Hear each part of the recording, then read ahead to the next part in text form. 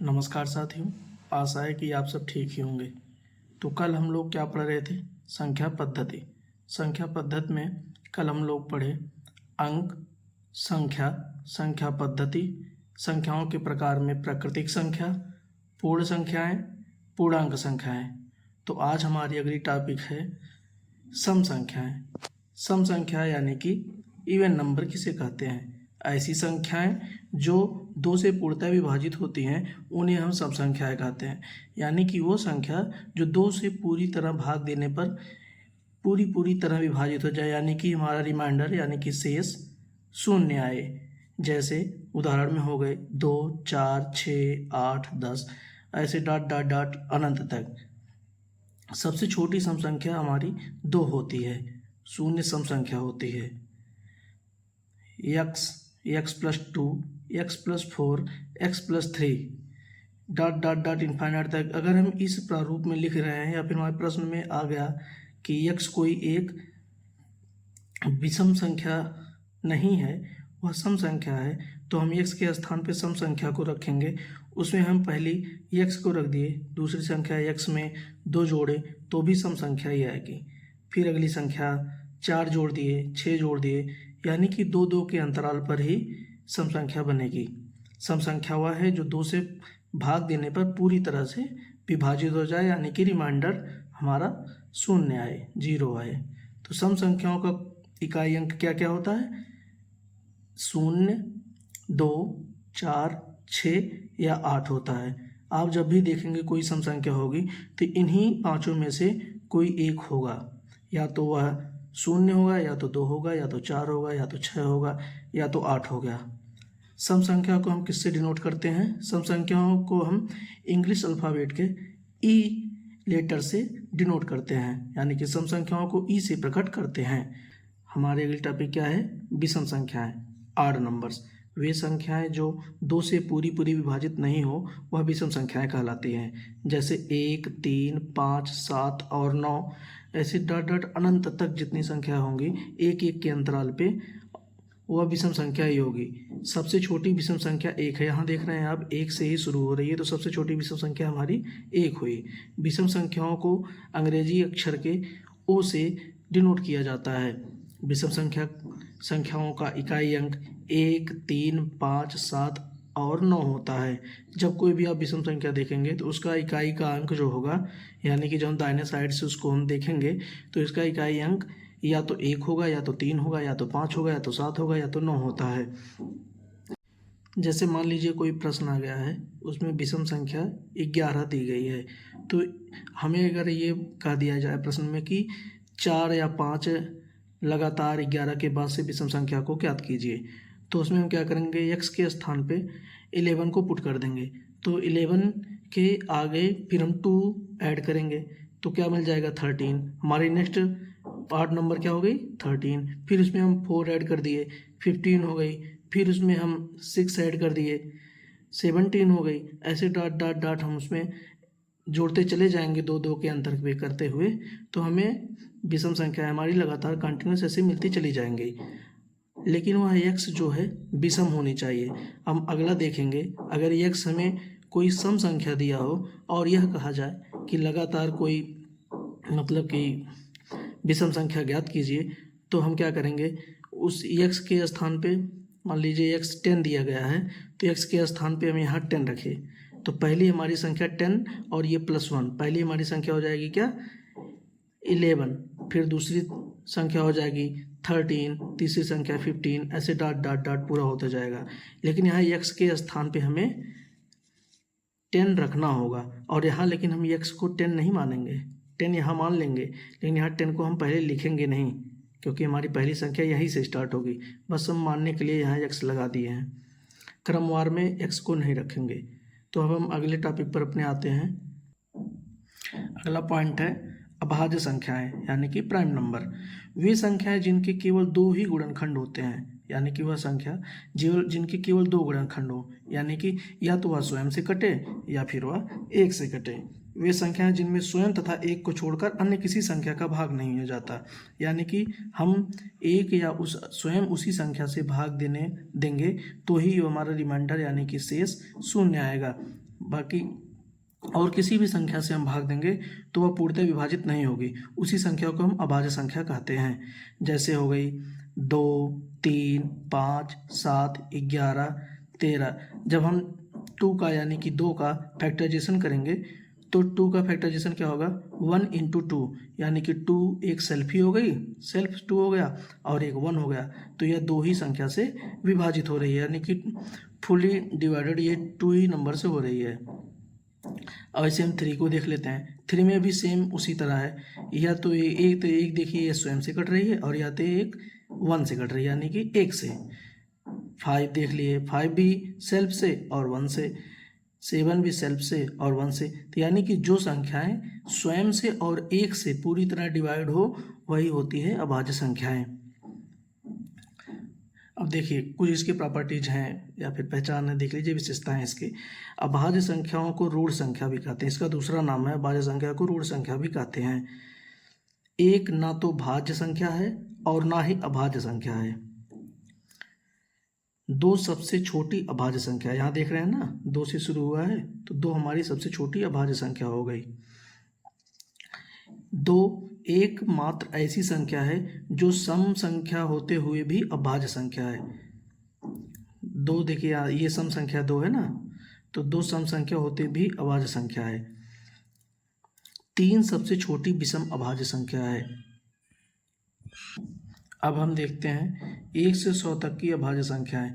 1 से 100 तक कितनी अभाज्य संख्या है, 2, 3, 5, 7, 11, 13, 17, 19, 23, 29, 31, 37, 41, 43, 47, 53, 59, 61, 67, 71, 73, 79, 83, 89, 97, यानी कुल 1 से 100 तक इतनी अभाज्य संख्या है। यानी कि इतनी से 1 से 100 तक इतनी ऐसी संख्या है जो 1 से डिवाइड होती हैं और स्वयं से डिवाइड होती हैं। अब हम आगे बढ़ते हैं, देखते हैं भाज्य संख्याएं क्या होती हैं। कंपोजिट नंबर वे संख्या है जो स्वयं तथा 1 से अतिरिक्त अन्य किसी संख्या से भी विभाजित हो जाती हैं, भाज्य संख्याएं कहलाती हैं। भाज्य संख्या यानी कि जो कि एक स्वयं से तो डिवाइड हो ही रही थी, 1 से हो रही थी और अन्य किसी संख्या से भी डिवाइड हो जाए। यानी डिवाइड होना मतलब यहाँ इससे यह मतलब है कि जब हम किसी संख्या से इसको डिवाइड करेंगे, पूरी तरह विभाजित करेंगे, तो हमारा रिमाइंडर शेष जो है शून्य आना चाहिए। एक परिभाषा और इसकी और है, वे संख्याएं जिनके कम से कम 3 गुणनखंड हो भाज्य संख्याएं कहलाती हैं। जैसे 4, 6, 9, 10, 12, 15 ऐसे अनंत तक। जैसे देख रहे हैं यहाँ 4 एक तो स्वयं से ही कट रहा है, 4 से ही कट रहा है, 2 से कट रहा है और 1 से कट रहा है। तो यहाँ देख रहे हैं इसके 3 गुणनखंड हुए ना। ऐसे 6 का देख लीजिए, 6 एक स्वयं से ही कट रहा है, एक 3 से कट रहा है, एक 2 से कट रहा है और एक 1 से कट रहा है, इसके 4 हो गए। 9 का देख लीजिए, एक 9 सेल्फ से ही हो रहा है, यानी कि 9, एक हो गया 3 और एक हो गया 1। ऐसे 10 का भी देख ले रहे हैं, एक हो गया इसका 10 ही हो गया, एक 5 हो गया, एक 2 हो गया, एक 1 हो गया। ऐसे ऐसे हम सबका देखते जाएंगे, सबके 3 होंगे या 3 से अधिक होंगे। ऐसी अनंत संख्या है। सबसे छोटी भाज्य संख्या हमारी 4 है। देख रहे हैं 4 से शुरुआत हो रही है ना, हमारी सबसे छोटी भाज्य संख्या 4 हुई। सबसे छोटी विषम भाज्य संख्या 9 है। यहाँ देख रहे हैं ना, 4 भी यहाँ इवन है, 6 भी इवन है, 3rd नंबर पे आ रही है, 8 नंबर है 9। तो सबसे छोटी विषम संख्या यानी कि 8 नंबर 9 है। नोट करने लायक बात यहाँ पर यह है कि सबसे छोटी भाज्य संख्या सबसे छोटी अभाज्य संख्या का पूर्ण वर्ग है, यानी कि 2 सबसे छोटी अभाज्य संख्या है और 4 जो है सबसे छोटी भाज्य संख्या। देख रहे हैं ना, भाज्य संख्या में 4 सबसे छोटी भाज्य संख्या है और 2 सबसे छोटी अभाज्य संख्या है। तो 2 का वर्ग यानी 2 का स्क्वायर क्या होगा, 2 2 जा 4। ठीक, सब अगला देखते हैं। सबसे छोटी विषम भाज्य संख्या सबसे छोटी विषम भाज्य अभाज्य संख्या का पूर्ण वर्ग है, यानी कि सबसे छोटी विषम भाज्य संख्या जो है वो सबसे छोटी विषम अभाज्य संख्या का पूर्ण वर्ग है। तो सबसे छोटी विषम अभाज्य संख्या हमारी क्या हो गई, हम लोग भी क्या पढ़े थे, 3। तो 3 का स्क्वायर क्या होगा, 9। अगला है सह अभाज्य संख्या है, यानी कि को प्राइम नंबर। वे दो प्राकृतिक संख्याएं जिनका उभयनिष्ठ गुणनखंड यानी कि कॉमन फैक्टर मासा महत्तम समापवर्तक उसको इंग्लिश में कहते हैं शॉर्ट फॉर्म में HCF हाईएस्ट कॉमन फैक्टर एक होता है उसे सह अभाज्य संख्याएं कहते हैं। यानी कि जैसे हो गया 1 और 2, ये दो हैं जो दो संख्याएं हैं, प्राकृतिक संख्या है। इन दोनों का जब हम महत्तम समापवर्तक यानी कि HCF निकालेंगे तो 1 होगा और ये 1 से ही पूरी तरह डिवाइड होगा। 1 1 से होगा और 1 से जो है 2 पूरी तरह डिवाइडेड हो जाएगा। ऐसे 3 में देख रहे हैं जब इसका 3 और 5 का HCF निकालेंगे तो 1 आएगा। तो ये देख रहे हैं इसका HCF निकालने पर जो भी आएगा उसी से डिवाइड करेंगे और पूरी तरह कट जाएगा। यानी कि इसका डिवाइड करने पर जो है रिमाइंडर पूरी तरह कटने के बाद शेष 0 आएगा। तो वही होगा जैसे 5 हो गया और 7 हो गया, ये दोनों ये पेयर में हैं तो 5 और 7 का HCF 1 आएगा। तो 1 से हम इसको डिवाइड करेंगे तो पूरी तरह ये दोनों कट जाएंगे। ऐसे 401 और 403 का भी HCF 1 ही आएगा। तो इनको जब डिवाइड करेंगे पूरी तब भी रिमाइंडर 0 0 आएगा। और ऐसी ये अनंत संख्याएं होती हैं। अगला है युग्म अभाज्य संख्याएं, ट्विन प्राइम नंबर। ये भी पेयर में ही होती हैं। ऐसी अभाज्य संख्याएं जिनके बीच का अंतर 2 हो युग्म अभाज्य संख्या कहलाती हैं। जैसे 13 और 11 है, इनके दोनों को जैसे 13 में से 11 आप घटाएंगे तो 2 आएगा। तो ऐसे ठीक इसी प्रकार 17 में से 15 घटाएंगे तो भी 2 आएगा। तो 11 और 13 ये भी अभाज्य संख्याएं हैं। यानी कि इसका जब हम HCF निकालेंगे तो 1 ही आएगा। तो 1 से इसको जब डिवाइड करेंगे तो पूरी तरह 1 से ही डिवाइड होगा ये, और किसी से नहीं होगा, क्योंकि ना तो 13 11 से डिवाइड होगा और ना ही 11 13 से डिवाइड होगा। अगला हम बढ़ते हैं। अगला है अत्रिभाज्य संख्याएं। इनमें 3 संख्याएं होती हैं, प्राइम ट्रिपलेट नंबर। ऐसी 3 प्राकृतिक संख्याएं जिनका महत्तम समापवर्तक यानी कि HCF 1 हो अत्रिभाज्य संख्याएं कहलाती हैं। जैसे 8 9 25, ये 3 3 में इकट्ठे होती हैं। तो जैसे 8 9 और 25 का मतलब प्राइम फैक्टराइजेशन जब करेंगे तो उसमें कौन से कॉमन फैक्टर आएंगे जिससे ये पूरी तरह डिवाइड होंगे। तो इनका जो हम पूरी तरह से कॉमन फैक्टर फिक्स ही है, 1 ही आना है, क्योंकि अत्रिभाज्य संख्याएं में महत्तम समापवर्तक HCF जो है 1 आएगा और 1 से ही पूरी तरह ये डिवाइड होंगे। ऐसे कई संख्याएं हैं, अनंत हैं। नेक्स्ट है परिमेय संख्या यानी कि रेशनल नंबर। वे संख्याएं जो P/Q के रूप में होती हैं, जहां P और Q पूर्णांक संख्याएं यानी कि होल नंबर हैं और Q is not equal to 0 अर्थात Q का मान 0 नहीं होगा, वे परिमेय संख्या कहलाती हैं। यानी कि वह संख्या जो P/Q के फॉर्म में लिखी जाए और Q और P जो है होल नंबर हैं और Q की वैल्यू यानी कि Q जो है यहाँ डिनोमिनेटर है तो Q की वैल्यू जो है 0 के बराबर नहीं होगी, अर्थात Q का मान 0 नहीं होगा तो वह परिमेय संख्या कहलाती हैं। परिमेय संख्या जैसे हो गई 3/4, 5/9, 4, 1/2, 1.99, फिर उसके बाद हो गया 0, फिर 2.3 बार। ये बार का जो ये सिंबल लगा है ऊपर ना थोड़ा सा, ये इसका मतलब होता है ये रिपीट होता चला जाएगा 2.333333 से इनफाइनाइट तक। और ये हो गया 22/7। ये सब जो है परिमेय संख्या यानी कि रेशनल नंबर के उदाहरण हैं। नेक्स्ट है अपरिमेय संख्याएं, इरेशनल नंबर। वे संख्याएं जिन्हें P/Q के रूप में नहीं लिखा जा सकता है, जहां P और Q पूर्णांक हैं और Q is not equal to 0 को अपरिमेय संख्या के रूप में व्यक्त किया जाता है। जैसे अपरिमेय संख्या की पहचान क्या हो गई? अपरिमेय संख्या हमेशा स्क्वायर रूट के रूप में होता है।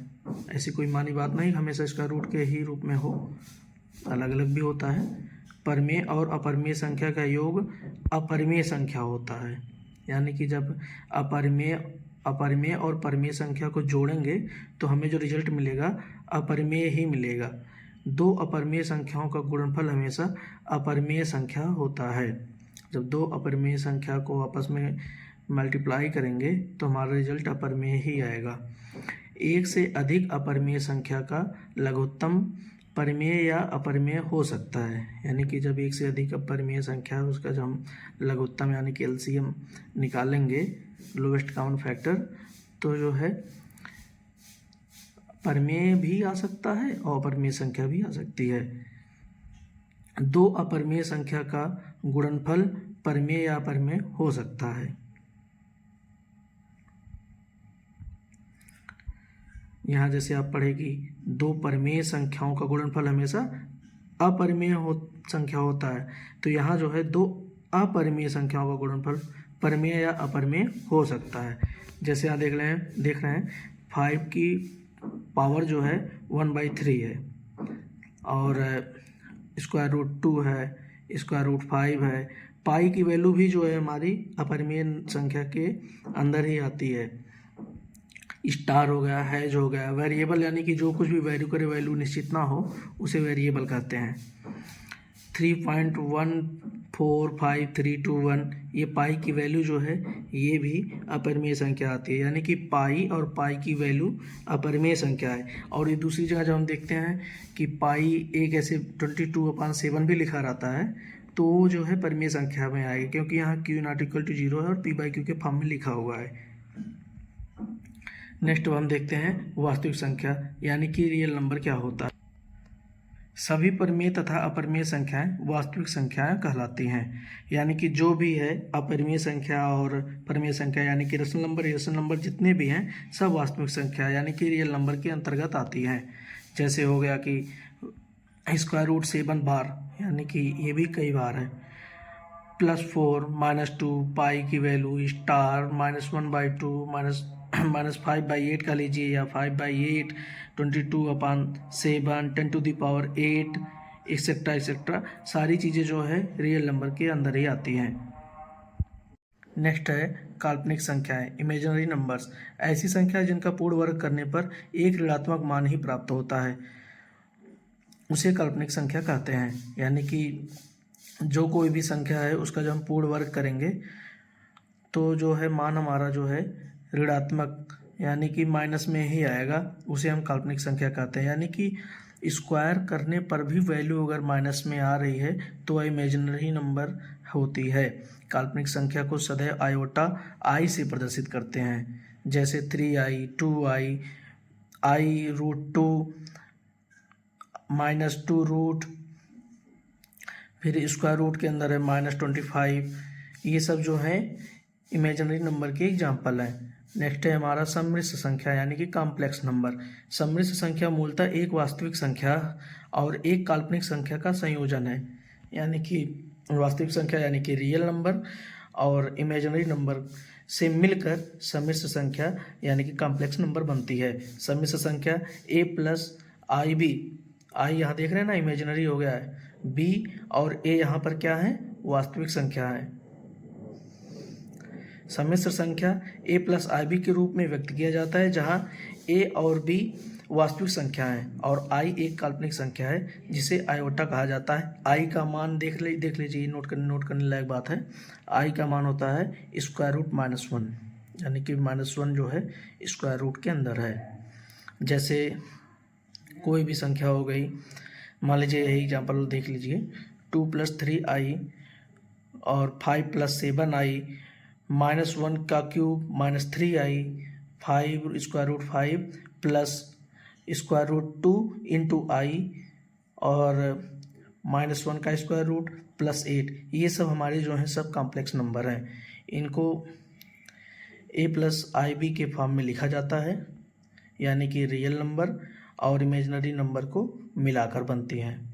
तो वीडियो आपको कैसा लगा? अच्छा लगा हो तो लाइक शेयर एंड सब्सक्राइब करें। धन्यवाद।